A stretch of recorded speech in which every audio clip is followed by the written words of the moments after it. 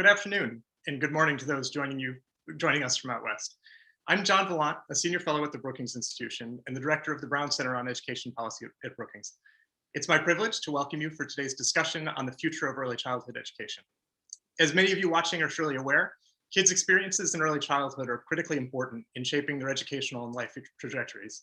It's a pivotal time for brain development and for building social emotional skills.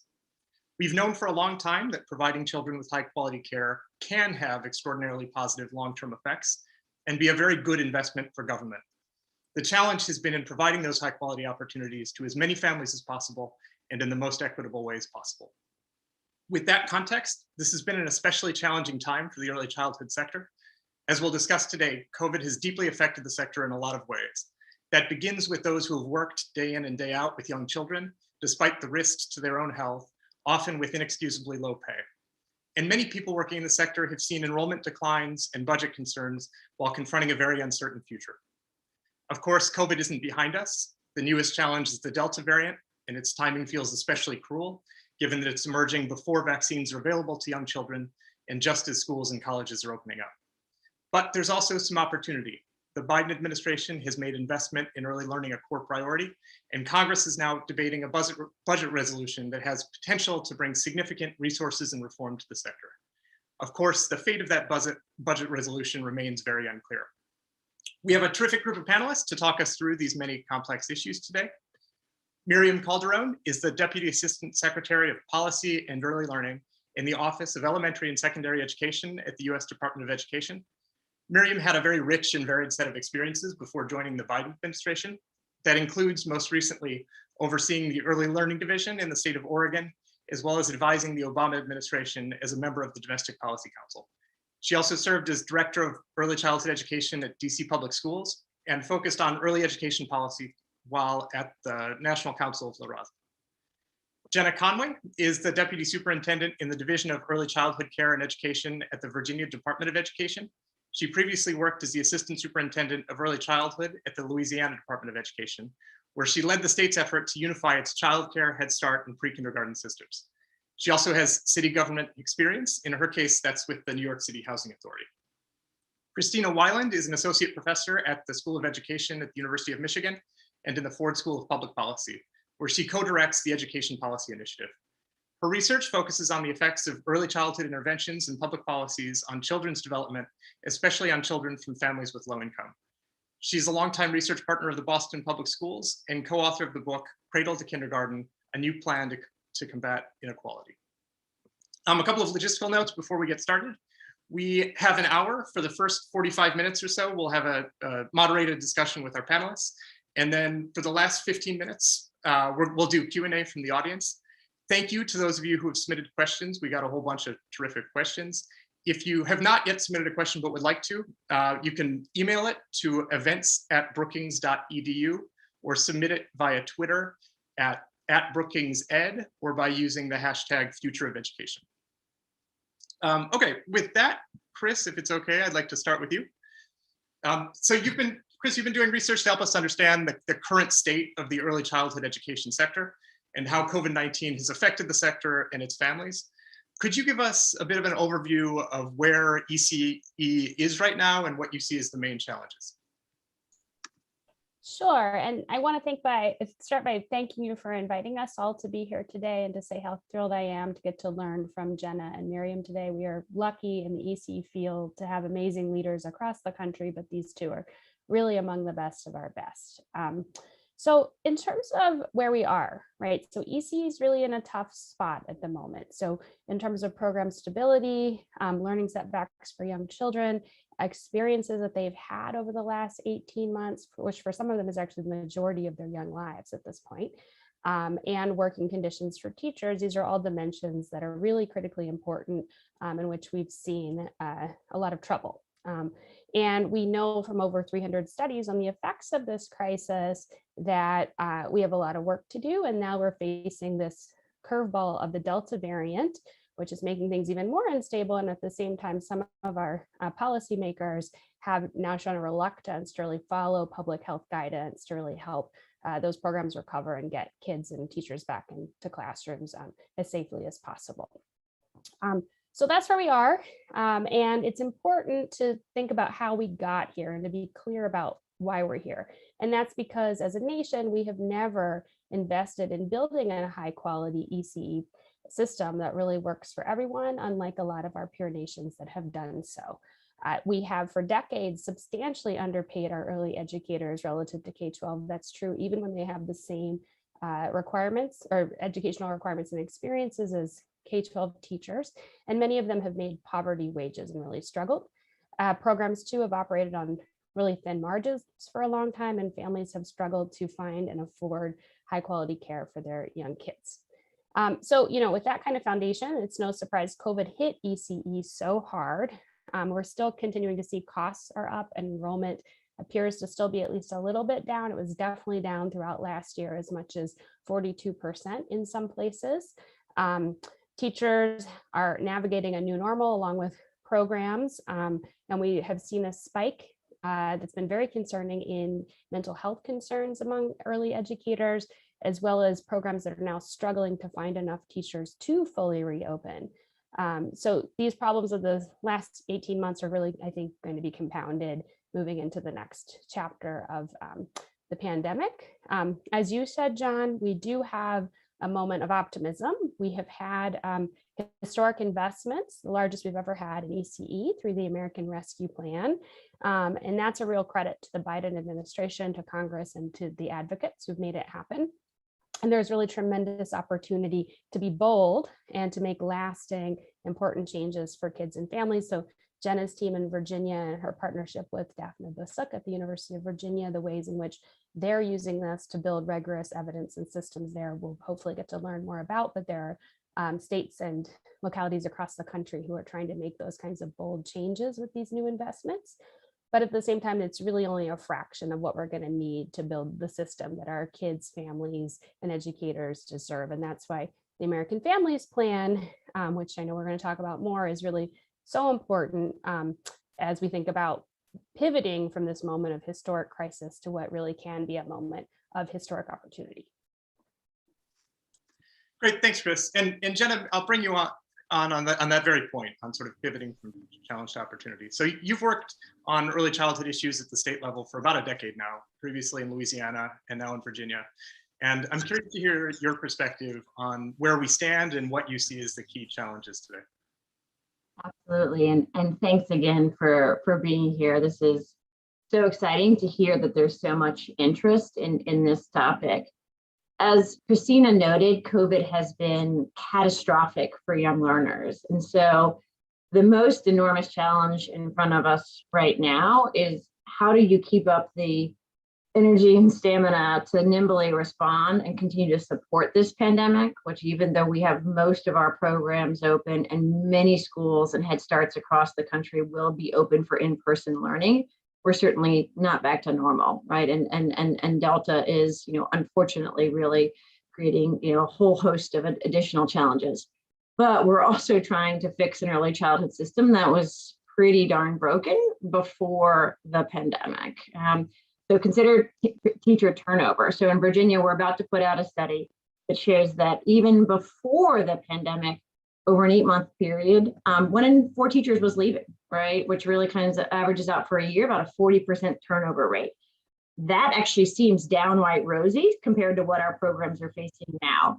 I've seen this firsthand. After 16 months of being out of preschool, my 3-year-old just started back 14 days ago. And just yesterday, I got a message saying this teacher has left and another teacher is there. We're providing immediate cash assistance as we speak to programs, which is really important, but that's only a Band-Aid, a temporary solution. And it's not very inspiring, I would say, to imagine spending $500 million just to claw back to 40% turnover annually, particularly when you think about what that means for kids, right? There's no ingredient more important to quality than teachers. And if you are dealing with a revolving door of educators, it sort of puts health, safety, and learning in jeopardy. So we're trying to balance getting dollars out the door, keeping up on the health and safety guidance, keeping folks calm, reminding folks that preschool still matters, but also obsessing with 3 things. 1, governance. We have to, at the federal, state, and local level, speak with one voice about health, safety, and learning, whether that's for family day homes, childcare programs, faith-based, Head Start, or public schools. And we've got to use our levers at the state level, which are regulation, funding, and influence, to really relentlessly drive outcomes, right? We're obsessed in Virginia on giving every child the opportunity to come to kindergarten ready, right? Well, we're also responding. Second, we've got to increase access. More families and kids need to be eligible. We have to pay based on the cost to provide these experiences than rather on a flawed market. And we've got to make sure that while the system continues to run on parental contributions, there's a balancing act between regulation and compensation, right? And really figuring out how do we get more and more kids solved with a focus on those that are furthest from opportunity. And lastly, we're obsessed on collective measurement and improvement. We are thinking about every single infant, toddler, and preschool classroom in the Commonwealth of Virginia that takes public funding. Where, it goes beyond just thinking about sites, but every child is in a classroom with a set of educators and is providing an experience that can make a difference in their lives. And so there have been some very rightful criticisms of some of our quality rating systems, probably too much emphasis on rating, not enough on support and improvement. But we can't stop now. As we think about massive investments in this space, we have to know that those investments are turning into experiences that promote better, positive child outcomes. And so in Virginia, similar to work done in Louisiana, we built one of the nation's first uniform, as I call it, non-optional, but basically, if you take a public dollar, we care about the experiences that you're providing for children. We look at the adult-child interactions in all of those classrooms, and then we systematically support everybody to be a little bit better tomorrow than they are today, with the goal of driving better child outcomes. And what we've seen in Louisiana and what we're hopeful for in Virginia is that you can make huge improvements in terms of childcare experiences, while also building some of the more traditional building blocks of kind of teachers earning credentials, but day in, day out, obsessing on what's happening in the classroom and figuring out how we build the right data systems and partner with the right researchers to figure out what matters most and how do we get there in an affordable way while dramatically increasing the number of kids and families who can benefit from early childhood. Thanks, Jenna. And Miriam, so you've worked at the state level before and now sit at the federal level, and you're working on the Biden administration's early learning plans. And I'm curious how you see the biggest issues today, and also if you could speak to what are the administration's top priorities right now in early learning. Sure, thanks, John. And thanks so much to Brookings for including me in this conversation. And I think as Chris said, I learned so much from these two women, fellow panelists, about this work. And so I'm really honored to be here with them. So I think, as you noted, I have had this really varied experience, a set of experiences and opportunities to see the field from different levels. Started my career in Head Start. I helped implement universal preschool in my hometown of Washington, D.C., which is one of the most robust programs, was working in Oregon, supporting childcare and our sector during COVID. Early on in my career, when I left programs, got to really work on this set of federal policy issues from a civil rights lens, and really thinking about immigrant children, our dual language learners, and equity. So I carry that with me. And I will say this is hands down, and I think others will agree, this is the most historic moment in early childhood. We are on the precipice of something extraordinary. And something I've never seen, and I don't think many people who have been working in this field would disagree with me.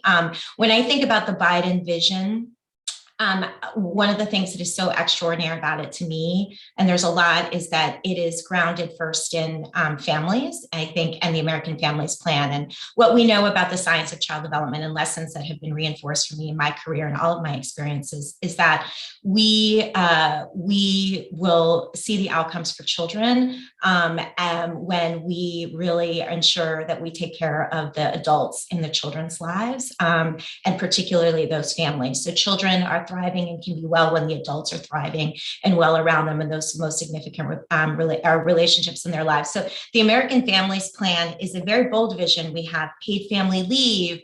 We have, the child tax credit. There is so much in this plan that is really focused on supporting families, so that families can help their children to thrive. And one of the boldest parts about this, I think, is the investment in early care and education.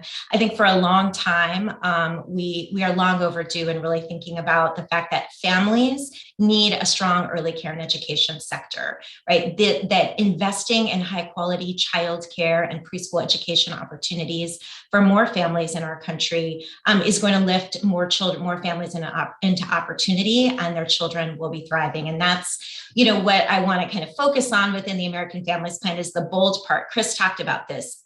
Jenna touched on this. The majority of state systems, early care and education systems in states and in communities are based on what parents can afford to pay.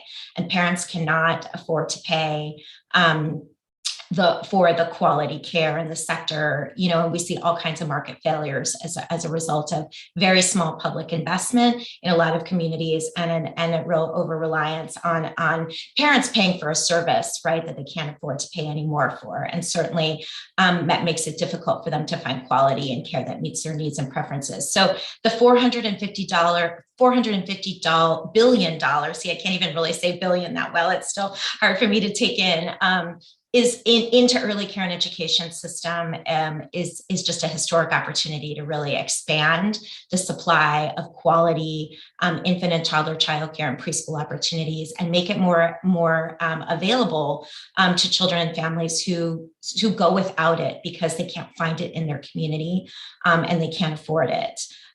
Even in many cases when it is available.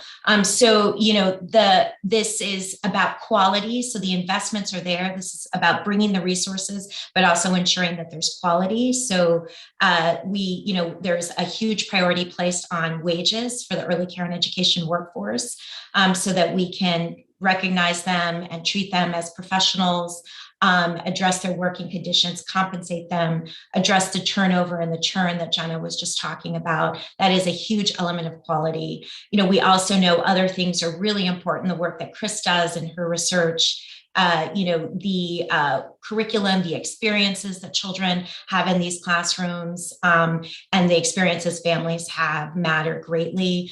So research-based curricula, class sizes, making sure that the programs are really aligned to the best practices. And we know in the science of child development is an important part, in making the investments that really support us to be able to do that is a critical really component of this. And I think the last thing I'll say is that, as we touched on the American Rescue Plan, which was a incredible investment and infusion of resources into states to be able to stabilize the sector. The American Families Plan really builds on that. We know we need long-term systemic reform. This is about stabilizing the sector, getting more supports to children and families as a result of the impacts of COVID. But we want to build back to a better system, as our president talks about, right? And that's really the vision in the American Families Plan and the investments that we're proposing in early care and education.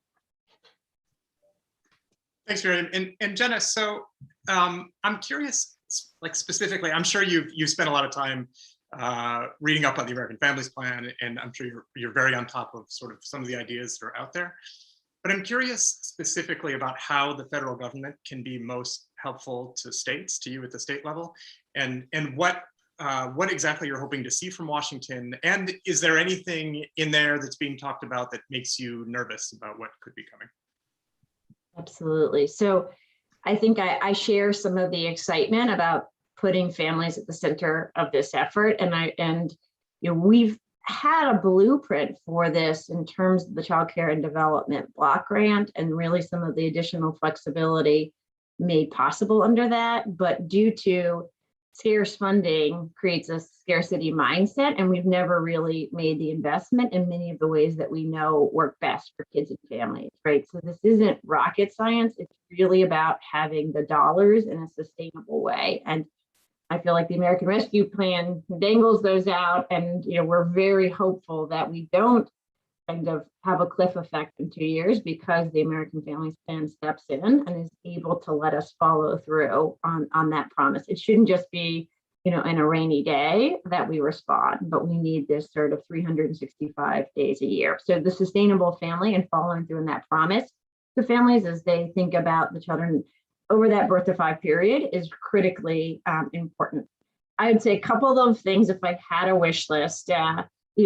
One big challenge is that it really doesn't matter the name on the outside of the building or the funding source. What matters is what's happening, and yet states and the feds and everybody puts so many strings on who's eligible and for what they're eligible for.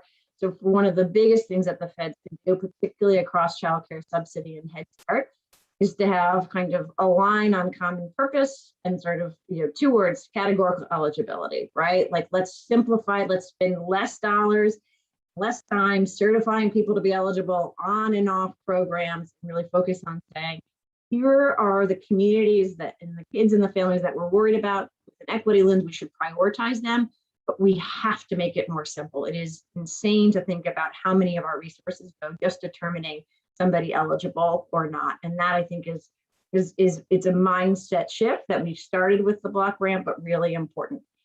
I think as we think big picture in Virginia, we're very excited. Last year, we passed a law that dedicates future marijuana legalization revenues to early childhood, to preschool in particular. And for the first time, we realized, oh my gosh, we might actually have enough dollars to serve every at-risk 3 and 4-year-old, but where will we put them, right? As we look across our public and private landscape, and there's not a lot of resources for capital funding, and there's not a lot of vehicles to help expand current facilities and think about building new ones, right? And again, we often know, you visit any elementary school, you can guess that the pre-K classroom is in the trailer in the back, right? We've all gotten used to these incredible, warm and loving childcare settings, but they are making the most of nothing, and they really deserve the kind of capital investments over time, maybe even more important in terms of air quality and COVID. We need a little time, right? And really sort of thinking through, I love the urgency on using the American Rescue Plan, but thinking about how we can roll those dollars over, right, and provide the right flexibility for states. And then this last one, this is a little bit of an out there then, but I sort of obsessively think about health, safety, and learning. And health and safety obviously have been foremost in our minds in the last year, but I do think we could use some inspiration from the feds and looking to kind of states that are taking innovative steps on licensing. A lot of the brain space of our staff, our educators who work across our early child landscape, are so focused on health and safety. And it's important in terms of infants and toddlers are among our most vulnerable citizens and members of our society. But I think there's got to be, with modern technology and the investments that we're calling for, different ways to think about how do we monitor? How often should we be visiting? What are the best ways to get down to sort of safe settings? We do an extraordinary job in licensed centers of keeping kids safe. The challenge is many programs, particularly some of our home-based programs, don't want to be licensed because of the rigmarole and the burden, and really thinking through, how do we make sure wherever a child is being served birth to 5, that they're safe, healthy, and that they're promoting learning, and that there's a right size across those 3 really important elements. Thanks, Jenna. And Miriam, I'm curious about any reactions you have to Jenna's thoughts, but also stepping back a bit, I'm sure you're aware of this, but there's been an ongoing debate in the policy world, and this is in early childhood and it's elsewhere, about whether to make programs and resources universally available or to target them to the individuals who might benefit the most. And we just heard Jenna talking about eligibility and availability. Can you speak a bit to that? So with respect to early childhood, the Biden administration has been pursuing universal pre-K rather than targeting new resources to the families who may be most in need or might benefit most from those resources. Can you talk about the thinking that underlies that approach?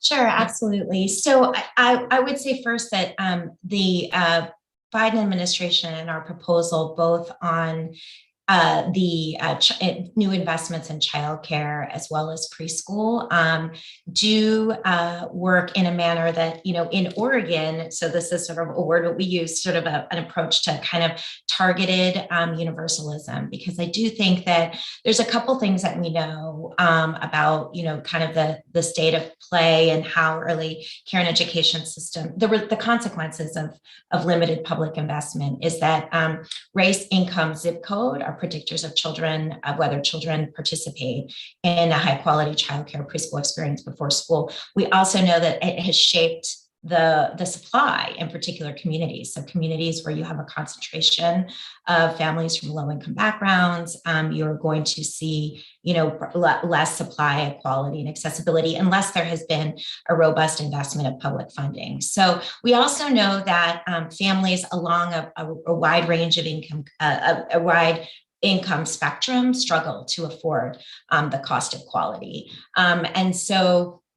And we know that, that so many children in our country increasingly spend time in their first 5 years of life in care outside of with someone else outside of the care of their own family members. I really let Jenna's frame about in the state of Virginia wanting to be able to touch all of those environments and settings that families choose for their early learning, early childhood care experience is critical. So when the way we have thought about this in our administration is to think first about how do we prioritize communities where there is, that are really highest needs, where there is a concentration of underserved children and families who currently lack access, and really build programs that are inclusive in those communities and prioritize them first. And states will have a plan then to think about how to grow these programs and build supply and capacity to more communities in their states. We know that states have been doing this work. We were doing this work in Oregon, and then they have made really important advances in really understanding where there are families that have been underserved, where they are concentrated in those communities, who are the providers that are best equipped to serve those children and families.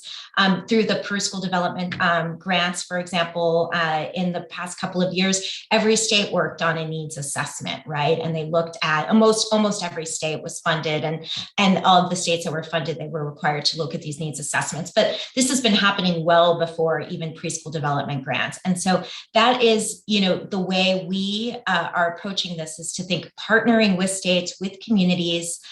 They know and have the data to make the best decisions in context about who should be prioritized. Use that equity lens, really think about race, income, and zip code as the predictors, partner with the existing programs, whether that's a family child care provider, another home-based provider, a public school setting, a Head Start program, and build access for families in those communities first, and then continue to expand from there. I think the other point that I'll make about that often I think is talked about in our field, and is certainly important in our policy conversations, is if we want to stop the siloing of classrooms by funding stream that Jenna was talking about, it's also important to think about building programs in this manner. So often, because of the way we do means tested, or we say that you qualify for this funding stream based on this income or your ability or some other a factor or consideration, we end up building programs that way too. And that's just the easiest default. And when you're actually thinking about scale and universality, because we want to be able to help the maximum amount of families, and we know all families need more support to be able to afford affordable child care and preschool opportunities.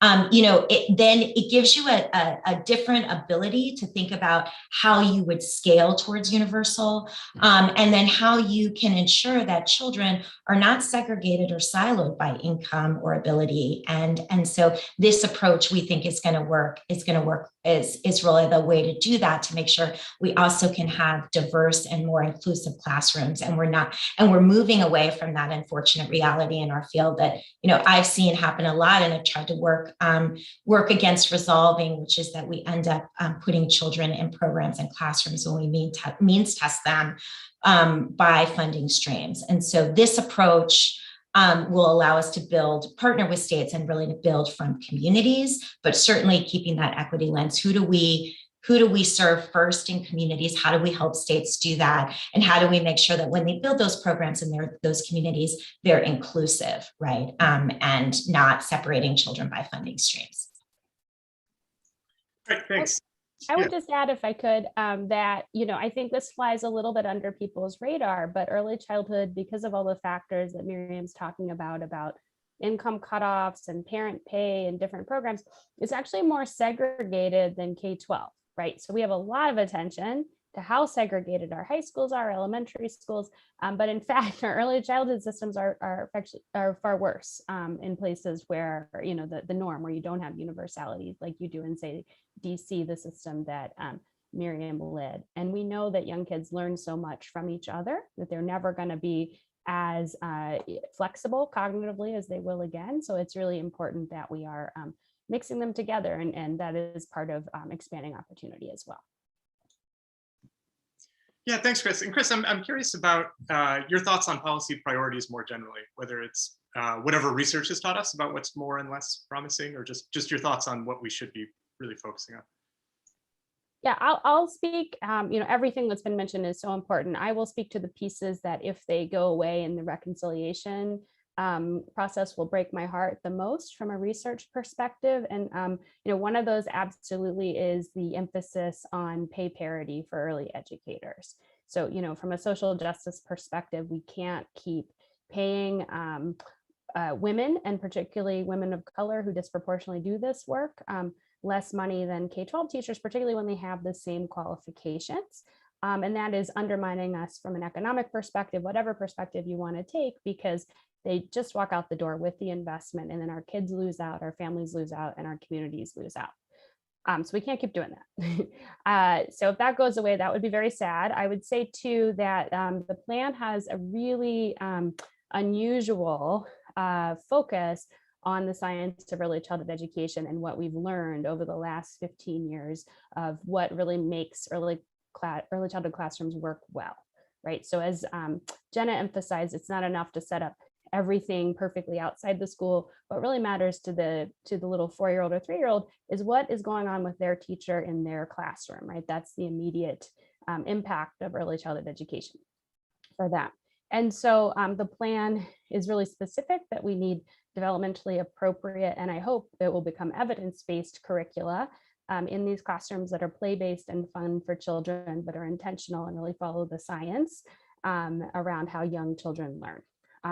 And at the same time, we've also learned a great deal about how best to support our teachers. So professional development is very common throughout early education and through K-12. And what we see particularly in early education is that coaching, so having somebody who visits your classroom and helps you troubleshoot the problems that are in front of you, is the most impactful form of professional development, and particularly when it's tied to an evidence-based curriculum. So I think there's some room for this to happen in the bill, and these elements are mentioned, which again is somewhat unusual to see those sorts of details, and really encouraging, because it is a real attempt to follow the science of what kids need. And then finally, the access pieces are just so critical, right? So we know that many families get stuck trying to navigate into the programs, and that many middle-income families in particular don't qualify for a program like Head Start or a means-tested state pre-K program, and can't afford another option. And so it's really important that we are not systematically leaving families out of opportunity as we think about going big in early childhood. Thanks, and we got a couple of questions from audience members on pay parity. So that's thanks for hitting that. And it's also a nice reminder to put this out again. So if you have questions you'd like to submit, we'll take them as they come in. By email at events@brookings.edu, or by Twitter using the hashtag Future of Education.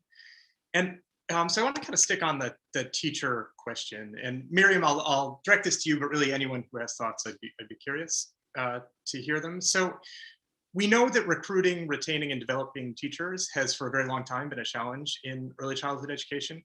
And if we are approaching a shift towards something that resembles universal pre-K in whatever form that might take, how do we ensure that we have enough of those excellent teachers around to make sure that we really do have a great teacher for every child?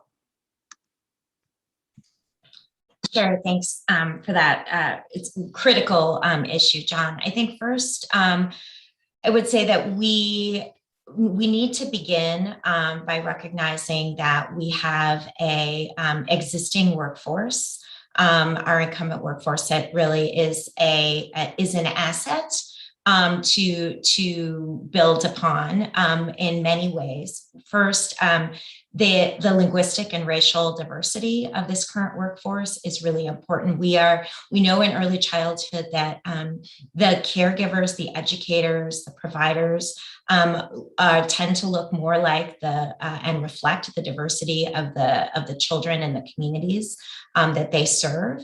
And so I think it is first and foremost, as we work towards this quality vision, it's to recognize that this is a field predominantly of at the same time, women who are low income and who have faced significant barriers to accessing post-secondary degrees, higher education, have turned over rapidly in many instances as a result of poor wages, compensations, have had very limited access to professional development and learning opportunities, and really pathways to be able to achieve, really advance as professionals. And so I think we need to be, and I think many states are, in a space of innovation in terms of building up our capacity to take what we know and what we see is working and scale that in terms of being able to invest in our incumbent workforce, right? And help them continue to improve their skills, get access to job-embedded coaching and professional development, and increase pathways to building on this current workforce.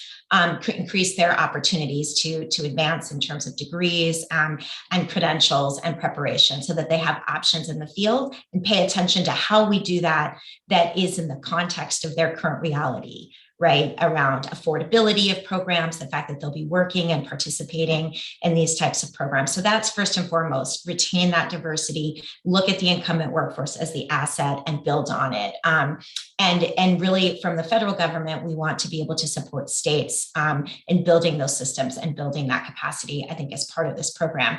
At the same time, we need thousands of more teachers to make this a reality, right? And I know that in Oregon, as I went around the state, I said I always ask this question: what's the biggest barrier that holds you back from being able to serve more children and families? And the answer was always the same: rural, urban, suburban parts of our state, tribal communities, and it was finding a qualified workforce, right? That is willing to do this work. So I think that the compensation and the salary issues are huge.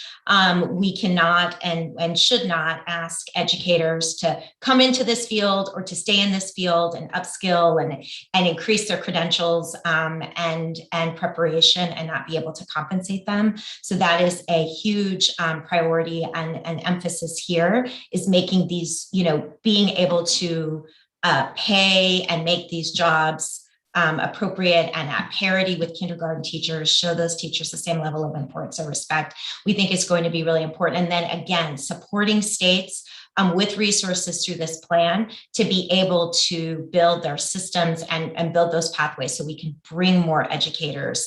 This will be a more, this will be a new opportunity for growth. But without wages and without the supports, we know we're not going to be able to bring a significant number of new workers in this workforce. I think this is a big challenge. I'm not going to sort of shy away from that. We have to invest more in the capacity of states and resources to be able to build up these systems. But I think it's a well understood issue, and addressing compensation is going to be one of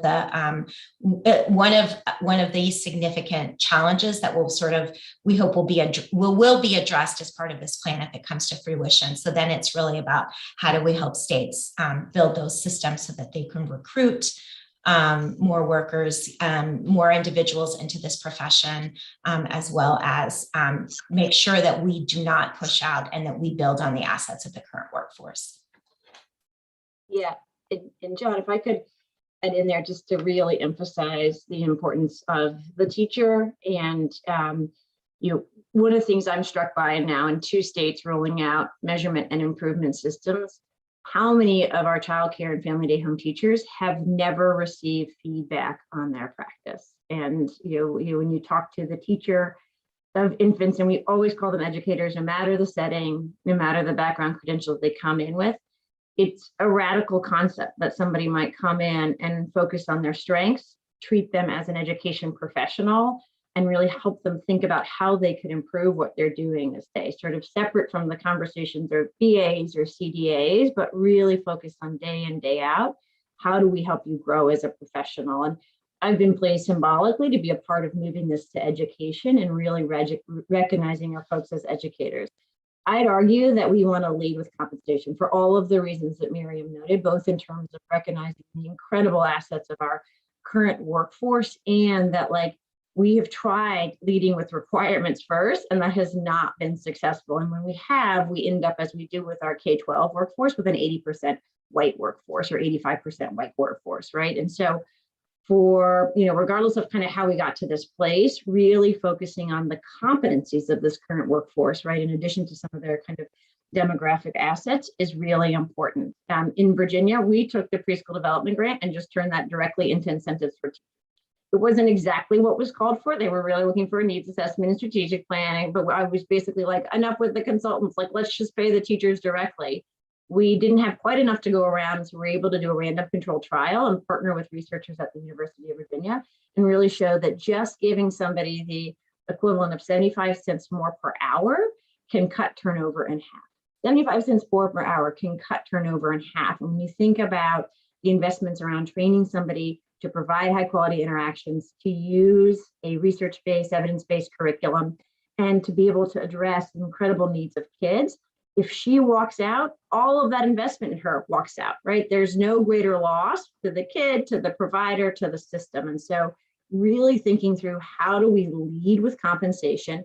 How do we directly pay in the places where we can't kind of put the provider in this impossible position, where if we sort of, for example, just focus with wage requirements, but we don't give you enough money to meet those wage requirements, and you've got to get it from your middle income and your low income families, but really think about sort of this sort of direct subsidization of educators to turn down that turnover. And I think that's really important. The other thing that I think is really exciting, and just hopefully that folks will use some of the kind of set aside dollars for both the American Rescue Plan and these other ones, we have to build strong technology infrastructure. In Virginia, we're building a system that basically will allow us to understand which kids are in which classroom, have a set of quality elements about those classrooms. What are the interactions like? What is the curriculum used? What is the background of the educator? What types of professional development are she or he getting? And then to tie that to outcomes, right? And as soon as we build our licensing platform, to tie health, safety, and learning, and to be able to track that over time. But I think we're at a precipice. We know that many of our current workforce don't have the time, nor can afford, or historically have not had access to higher education. So a bachelor's degree cannot be the answer for the entirety of this workforce. But if not that, what? And I think kind of building the data system like we're building in Virginia, partnering with higher ed partners to then kind of come up with, here are the core competencies, here's how you measure it, here's the kind of things that matter most in terms of improvement over time, so that there's a nimble, more affordable way. We've seen this in other sort of random industries, from welding to shipbuilding, right, where they've figured out how to, on the job, prepare people to be effective and to improve over time. And I'm hopeful that these resources and the kind of recognition that Miriam sort of noted to this workforce, let's lead with compensation. Let's focus on kind of how we clearly define and actively help folks build and strengthen competencies. And then let's figure out how we make this a career rather than a stopover. So I just want to make clear that in the actual plan, there's room for both, right? So right now, as it's stated, it would bring all folks who work in early childhood, our key educators, up to a living wage, right? At the same time, there's also a push that they would meet the same requirements as K-12. So if in the long term, we really want a system in which teaching a 3-year-old is valued just as much as teaching a 5th grader or, AP calculus in high school, whatever you want to name, I don't think there's any way around really getting to a place in the workforce of the future where those requirements are the same. So I think the plan, as I see it, really allows both. And Miriam is, actively working on this in DC, so she should let weigh in or correct anything that I'm saying. But these are about retaining the workforce that we have and honoring them, but also thinking ahead as we recruit a whole bunch of new teachers and train them and get up to speed the workforce of the future, making sure that early childhood doesn't continue to be in this sort of lesser than position. So again, I think it's an and, not an or. Miriam, did you want to respond to that? Yeah, I mean, I think that, I've been working, I feel like in my professional career on these issues for so long. Early on, the debates around a bachelor's requirement were, I think, absent, at least in my experience, really in my career, very devoid of the issues of equity and, what Jenna talked about around, do you lead, especially without addressing compensation? Do you lead with degrees and end up with a predominantly monolingual English speaking workforce, right? Similar to K-12. There's important lessons learned in Head Start from this experience, as we've had bachelor's degree requirement for over a decade now in Head Start. Head Start, has significantly increased across the country the number of bachelor's degree teachers.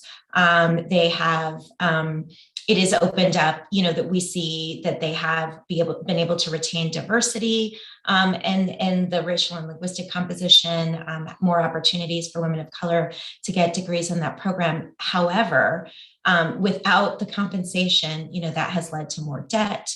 And it leads to more turnover. We know because if they cannot be well compensated once they earn their degrees and stay in Head Start, they're going to go to other opportunities in the field, including in the K-12 system, where they can be compensated. So this is a really important balancing act. At the same time, we know compensation, as Jenna said, we have to lead with compensation. We need to invest in this workforce, including the incumbent workforce, and make sure that the job is there for the new and the current, right? That they are treated as parity. I think that the other consideration here in complexity is, again, is what I talked about, building the capacity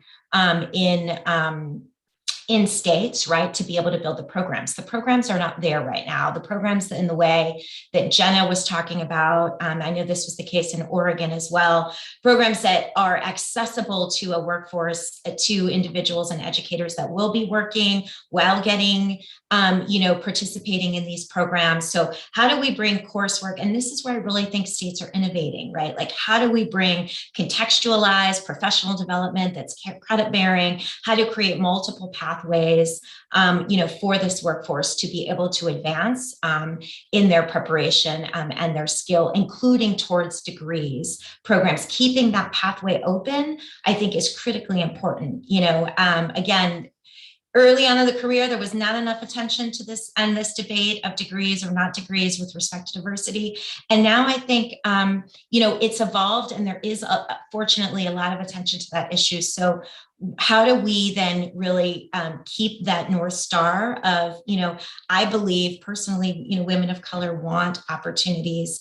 And we have data to show that to advance in terms of degrees, because degrees at some point will be the key to the profession. Do you move up? Do you get to be a director? Do you get to be an instructional coach? Like, what does advancement look like, right? We're talking about the context of education where degree requirements already exist. And so I think it's about really working, building capacity and pathways, supporting this workforce, working towards that goal, and paying attention to equity and making sure that we continue to keep that focus first and foremost on this issue of we want to keep a workforce that reflects the children and families in the community. The diversity in the young child population in this country is extraordinary. They're more diverse than the current K-12 child population. That is going to keep happening. That is so critical to this quality conversation. And so we know that barriers exist to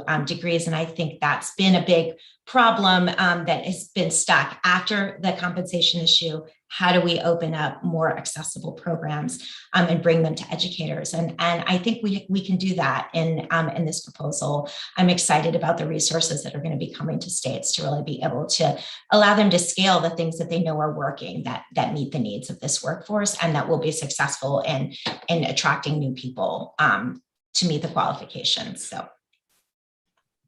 Thanks. And Miriam, you mentioned Head Start, and I'm curious about how you or anyone else is thinking about Head Start fitting into what could be a pretty rapid expansion of seats. And I'm going to couple this with a question that we got from Kathleen McHenry at the Bipartisan Policy Center.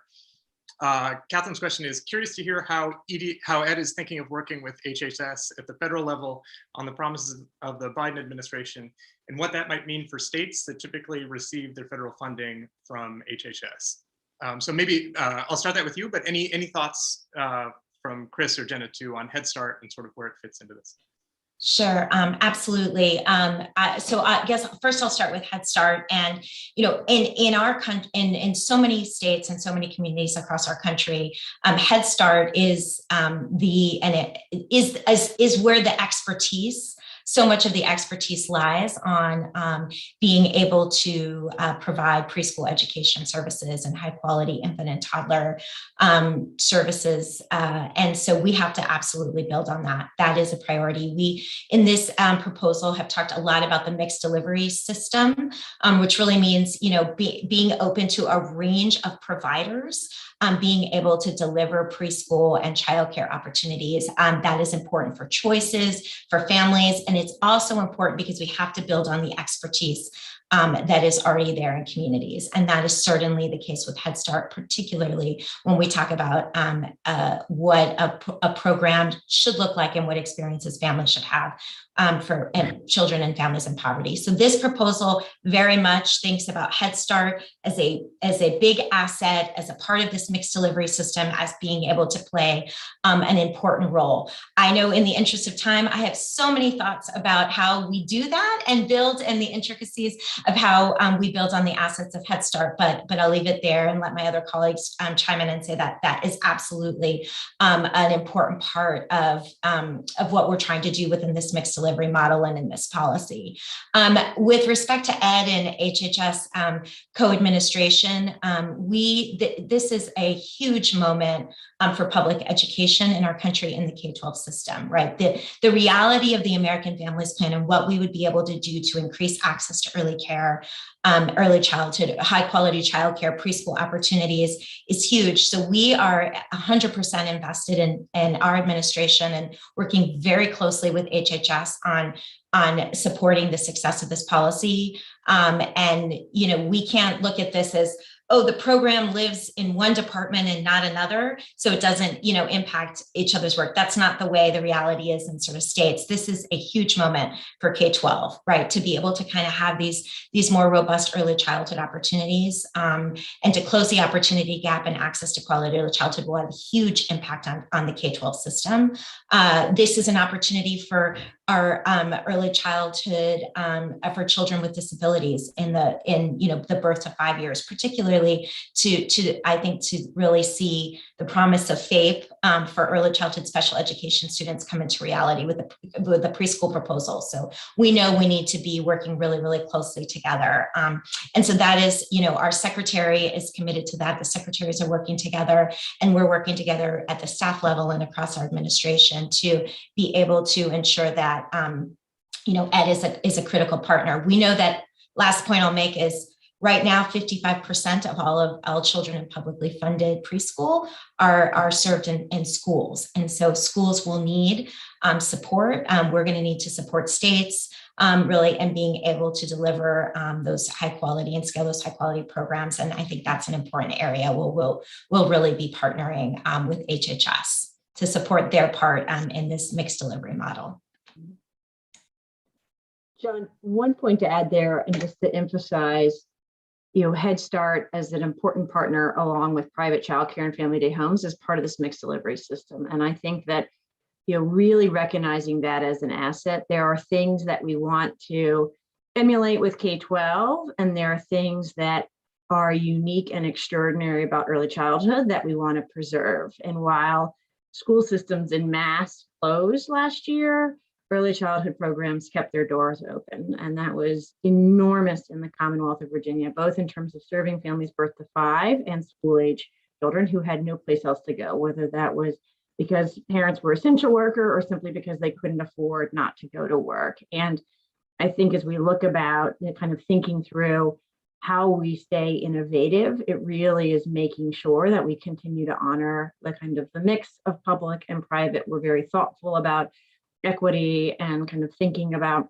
where the market doesn't work. But Head Start provides a unique set of comprehensive services, right, to its kids and families that not everybody necessarily would prefer, but is essential for those kids and families. And I think really thinking through, and how do we set up the right governance at the federal level, at the state level, and I think there's a ton of work at the local level to think about running portfolios. Nobody gets a monopoly, right? As I say, in every single conversation I ever, or a webinar I ever presented, there's not a single provider type birth to 5 in any state in this country and any community in this country that can serve all vulnerable kids birth to 5. Fundamentally, we have to work together. And that what is it? It's occasionally wonderful collaboration. It's occasionally incredibly fractious and sort of full of friction. But in that kind of coordination, I think you can actually develop systems that are more individualized and address the unique needs of kids and families. And so really thinking through, right, with the American Families Plan, how do we do that? And Head Start continues to be a really important part of that.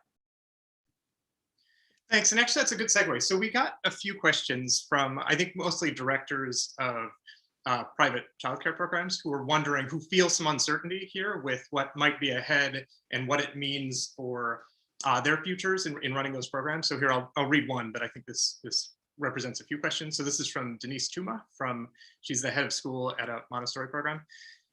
Do you have a forecast of how free universal preschool initiatives may impact small business owners who've provided childcare for many years? And that could be a forecast, or just sort of how are we thinking about piecing together that, that private provision with whatever else is up?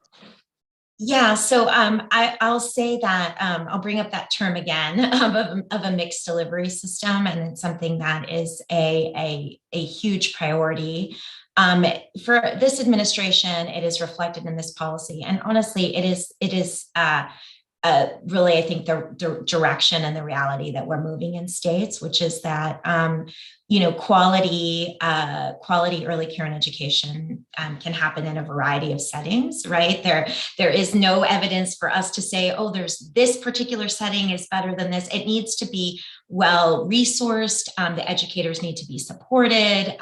We think that a variety of choices need to be available for families to be able to meet their needs as they think about, right, where is the best preschool education opportunity for them. And so I'll say again, this the model and the way that this policy is being structured is to really be able to give states the resources to be able to build on all of the assets and all of the providers, including home-based childcare providers, family childcare providers, right? These small businesses. We know they are already providing care, and not, this is about being able to subsidize more of that care so that they can deliver quality services to the children and families that they serve. And so there is absolutely an opportunity here in preschool, in this universal preschool program for our current and future childcare providers to be able to deliver preschool, high quality preschool in their community to more children. So. Great, thank you. And we have just a couple of minutes left. So I'll close with kind of one more question. And Miriam, you just touched on this, and Chris, I heard you speak to it briefly before, but we got some questions about what is high quality early childhood education? Like, what does it look like? What does a good program do? Quickly, and I know that's a big question, but do you have thoughts kind of quickly on what is it? Like, what does a good early childhood program look like? I think probably the best hallmark is joy, right? If we're going to be quick about it, you walk in and everyone is happy and engaged. And part of that joy is getting stretched in their development. And so they're being offered really rich learning opportunities, both from, how to play with your friend when you have a conflict through, why does a seed grow, right? Really deep kind of questions around science, that you see those sorts of things in a happy early childhood classroom. It looks a little different if they're one than if they're, about to go to kindergarten, but those are really some of the most essential elements. Jenna or Miriam, in a sentence, what's good early childhood in a sentence? So, go Miriam, and then I'll go. I echo what Chris said. She said it beautifully. Oh my gosh, I sound like the Grinch ending here, but I do think something that is intentionally promoting learning and development has to be a part of that. And I think that every single one of the educators I've met have come to this work for the reasons of joy, but the thing I am most proud of in my work across 2 states is how we have built on that energy and that passion, but help people day to day put in practices that meet the needs of their kids and promote their academic and some social emotional learning and development. So it's that joy plus the intentionality around promoting kids to learn and grow and thrive, particularly those infants, toddlers, preschoolers. Okay, now I have to add one thing. Now that Jenna went, I have to children's culture and their language and their identity has to be seen as part of this quality vision, right? That cannot be erased, and we have to be more intentional about supporting children's cultural and positive cultural and racial identity and building on their linguistic assets as well, and multiple languages. Quality early childhood shouldn't be a subtractive language experience for children either, and it unfortunately is too often. So that's part of quality. Thank you all. That was very, very well put. And I mean, this is an amazing moment for early childhood. This was a terrific conversation. So let me just close by thanking our panelists and thanking everyone at home for staying on with us. So we hope to see you again soon.